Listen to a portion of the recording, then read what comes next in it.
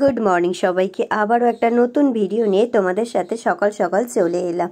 সকাল এখন 6:30 বাজে আর দিদি আজকে তাড়াতাড়ি এসে গেছে। এসে দিদির কাজ সারছে, মানে রবিবার হলে অনেকটাই জামা কাপড় থাকে, তাই দিদি সেইগুলো ধুয়ে দিয়ে মিলছে। আর দেখেছো আজকে অনেক দিন পরে না গাছে ফুল ফুটেছে মানে আমি বেড়াতে গিয়েছিলাম, গাছগুলো না প্রায় জল না পাওয়াই মারা গিয়েছিল।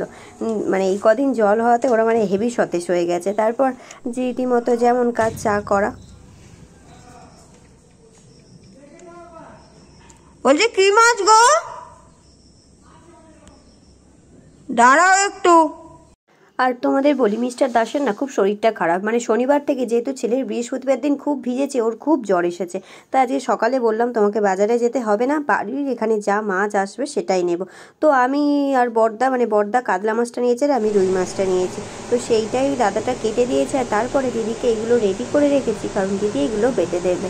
আর আজকে ভাবছি একটু কাঁচকলা পেঁপে আলু দিয়ে ঝোল করব, আর শাক আছে, এটা হচ্ছে কলমি শাক, তো কলমি শাক ভাজা করবো। আর আমাদের টিফিনের তরকারি হচ্ছে এমনি শুধু আলু 5 ফোড়ন দিয়ে তরকারি করছি।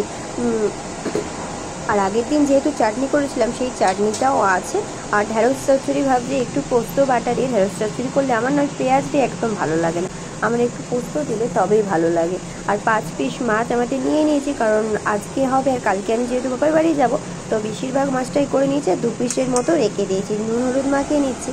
আর সত্যি কথা বলবো কলমি শাক না ভাপিয়ে নিলে ঠিক খাওয়া যায় না, মানে যে কোনো শাকই একটু জল দিয়ে ভাপিয়ে নিলে মনটা একটু ঠিক লাগে। চল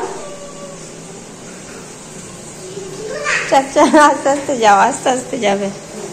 এই দেখ না গর্ধব, ট্রাকটাকে ভাঙবে। গর্ধব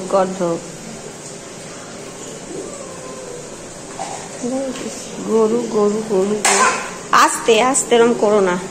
যাও তুমি একটু টিভি দেখো, আমি রান্নাটা ফুটুস করে বান্নাটা করে নিই।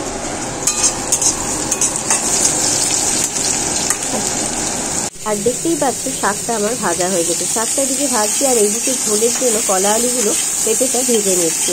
আর অন্যদিকে বসিয়েছি হচ্ছে একদিকে ঢেঁড়স চচ্চড়ি। আর ছেলেটা না এত বিরক্ত করছে, কারণ ওরও না রবিবার হলে একটু মনটা চায় পাপা কোথাও নিয়ে যাবে। ও তো ছোট, ও আর শরীর খারাপের কি বোঝে বলো। তাই জ্বরটা একটু কাটান দিতে ও বললো চলো একটু বাইরের দিকে, মানে বাইরে বলতে বাড়ির কাছাকাছি ওকে একটুখানি নিয়ে গেছে।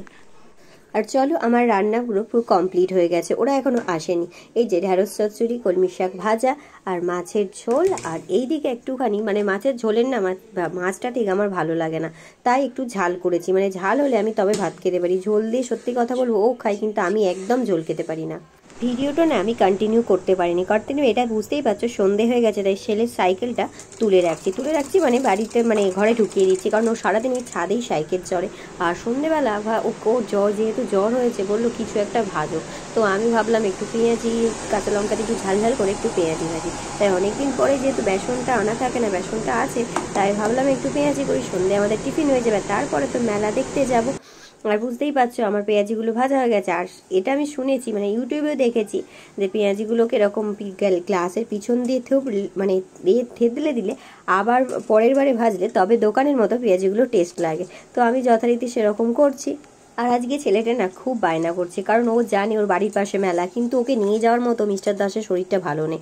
তাই ও একবার ওর যা বলেছে ওকে নিয়ে যাবে, কিন্তু যা এলে তবে তো নিয়ে যাবে, কিন্তু ও এত বিরক্ত করছে ওকে এক্ষুনি নিয়ে যেতে হবে। আর এই দেখতেই পাচ্ছি আমার পেঁয়াজিগুলো ভাজা হয়ে গেছে। কেমন হয়েছে অবশ্যই, কিন্তু কেমন হয়েছে মানে দেখতে কেমন হয়েছে অবশ্যই বলবো।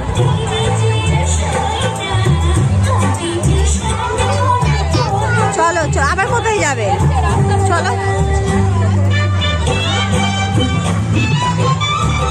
আমাকে এরকম জামা ধরে টানে কেউ, আস্তে আস্তে চলো।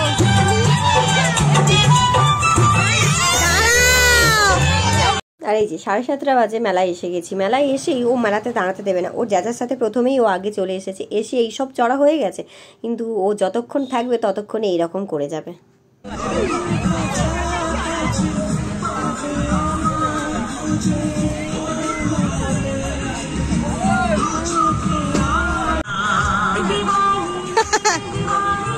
আস্তে আস্তে আস্তে, এই ধামাস করে পড়ে যাও। হাল্লা হয়ে গেছে, উঠে পড়ো।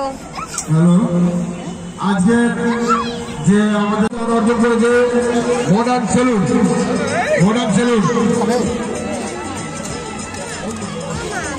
মোনাল